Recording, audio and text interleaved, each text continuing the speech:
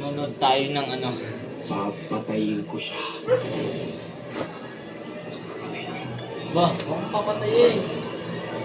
Makukulong ka, bala ka.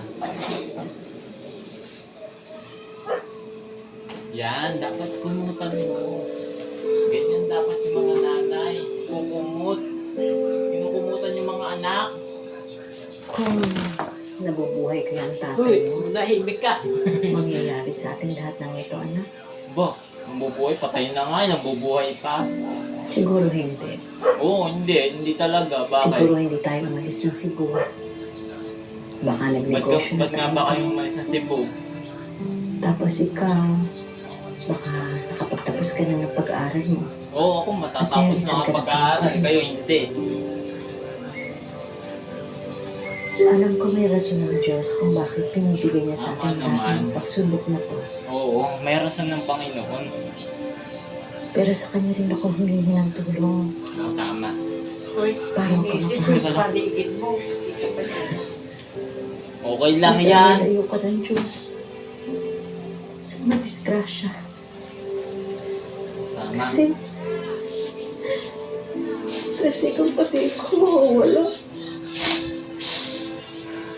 hindi ko nakakayanin.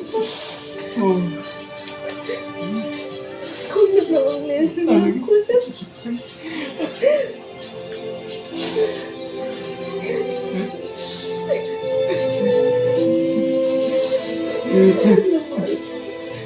Mahal din kita.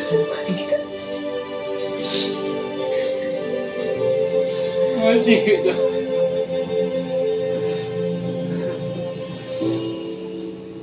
Ba? Nag-i-emote ang tao eh.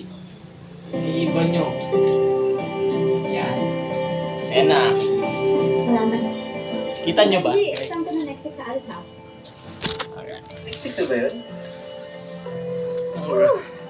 Kinalimutan mo? Siyempre hindi. Ito, tignan mo. Save yan. May alarm pa. Oo nga. Kaya siguradong nandun ako para supportahan ka. Para mamaya, take tayo.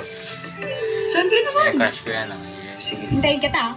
Ganda kaya niyan. Iwan ko muna to dito, ah. Ganda niyan, guys. Sige. Benji! Bagay sila. Bakit? Salamat, ah. Sa lahat ng ginagawa mo para sa akin.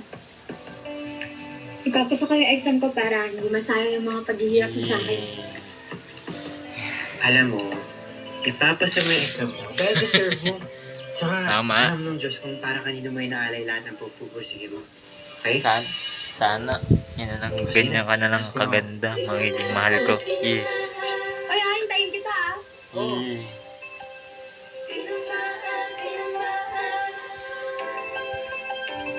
Baka gawing bulilit yan.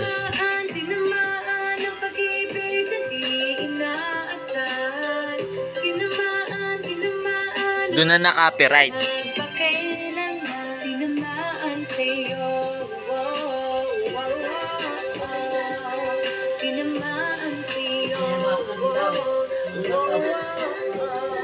Ganda natin.